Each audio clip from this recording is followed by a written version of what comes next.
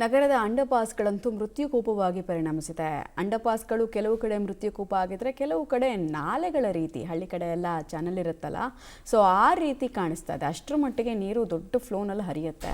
So ಇದೆಲ್ಲ ಸಮಸ್ಯೆಗೆ ಮುಕ್ತಿಯನ್ನು GB ಅಧಿಕಾರಿಗಳು ತಿಪ್ಪರ್ಲಾಕ ಹಾಕಿದ್ರು ಕೂಡ ಸರಿ ಮಾಡೋದಕ್ಕಾಗಿಲ್ಲ.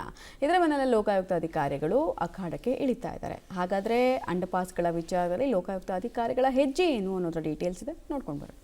ಬೆಂಗಳೂರಿನಲ್ಲಿ ಡೇಂಜರಸ್ ಅಂಡರ್ ಪಾಸ್, ಸಾವಿನ ಬಳಿಕವೂ ಎಚ್ಚೆತ್ತುಕೊಳ್ಳದ GBA ಆಫೀಸರ್ಸ್. ಡೆಡ್ಲಿ ಅಂಡರ್ ಪಾಸ್ಗಳಿಗೆ ಲೋಕಾಯುಕ್ತ ಟೀ. ಒಂದೇ ಒಂದು ಮಳೆಗೆ ಬೆಂಗಳೂರು ಅಕ್ಷರಶಃ ನಲುಗಿ ಹೋಗಿದೆ. ಸಾಲು ಸಾಲು ಅವಾಂತರಗಳಾಗಿದೆ. 1-2 ಗಂಟೆಗಳ ಕಾಲ ಸುರಿದ ಮಳೆಗೆ 10 ಅಮಾಯಕ ಜೀವಗಳು ಬಲಿಯಾಗಿವೆ.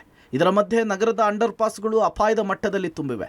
GBA ಇಂಜಿನಿಯರ್ಗಳ ನಿರ್ಲಕ್ಷ್ಯಕ್ಕೆ ಲೋಕಾಯುಕ್ತ ಟೀಮ್ ಕಿಡಿಕಾರಿದೆ. ಇದೀಗ ಡೇಂಜರಸ್ ಅಂಡರ್ ಪಾಸ್ ಪರಿಶೀಲನೆಗಿಳಿದಿದೆ. ಜನರಿಗೆ ಇನ್ನು ಮುಂದೆ ಸಮಸ್ಯೆ ಆಗದೆ ಶಾಶ್ವತ ಪರಿಹಾರಕ್ಕೆ ಪರಿಶೀಲನೆಗಿಳಿದಿದೆ. ಹಿಂದೆನೂ ಕೂಡ ಈ ಥರ ಒಂದು ಕೇಸ್ ಆಗಿತ್ತು. ಒಬ್ಬರು lady tourist, she got caught in the vehicle itself, she died, she could not be saved. That case is registered, investigation has been done.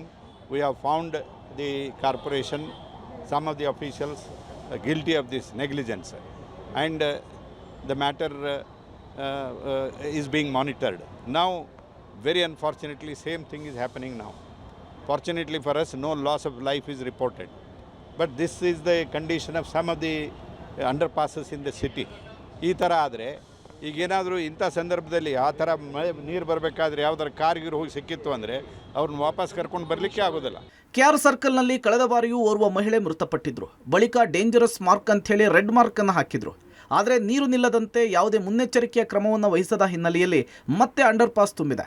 ಕಳೆದ 18 ಗಂಟೆಗಳಿಂದ ನೀರು ತೆರವು ಮಾಡ್ತಿದ್ರು, ಸಂಪೂರ್ಣ ನೀರು ಕಡಿಮೆಯಾಗಿಲ್ಲ. ಇದಕ್ಕೆ ಜನ ಕೂಡ ಇಂಜಿನಿಯರ್ಗಳ ವಿರುದ್ಧ ಕಿಡಿಕಾರಿದ್ದಾರೆ.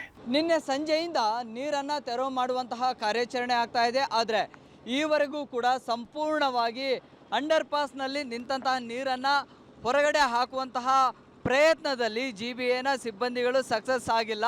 ನಿನ್ನೆಂದು ಕೂಡ ನಿರಂತರವಾಗಿ 2-3 ಮೋಟರ್ಗಳ ಮೂಲಕವಾಗಿ ನೀರನ್ನು ಹೊರ ಹಾಕ್ತಾ ಇದ್ದಾರೆ. ಆದರೆ ಈವರೆಗೂ ಕೂಡ ಸಂಪೂರ್ಣವಾಗಿ ನೀರಿನ ಪ್ರಮಾಣ ಕಡಿಮೆ ಆಗ್ತಾ ಇಲ್ಲ.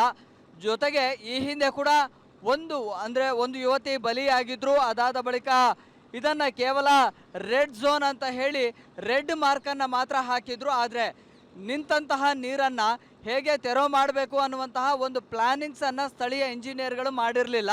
ಸೊ ಹಾಗಾಗಿ ಈ ಬಾರಿ ಮಳೆ ಬಂದಂಥ ಸಂದರ್ಭದಲ್ಲಿ ಮತ್ತೆ ಅಂತಹದ್ದೇ ಸಮಸ್ಯೆ ಶುರುವಾಗಿದೆ. ಅಟ್ಲೀಸ್ಟ್ ಈ ಹಿಂದೆ ಆಗಿರುವಂತಹ ಅವಘಡದಿಂದ ಎಚ್ಚೆತ್ತುಕೊಳ್ಬೇಕಾಗಿತ್ತು. ಆದರೆ ಸಂಬಂಧಪಟ್ಟಂಥ GBA ಇಂಜಿನಿಯರ್ಗಳು ಎಚ್ಚೆತ್ತುಕೊಳ್ಳಿಲ್ಲ. ಮತ್ತು ಆ್ಯಸ್ ಇಟ್ ಈಸ್ ಅದೇ ಸಮಸ್ಯೆ ಇದೆ.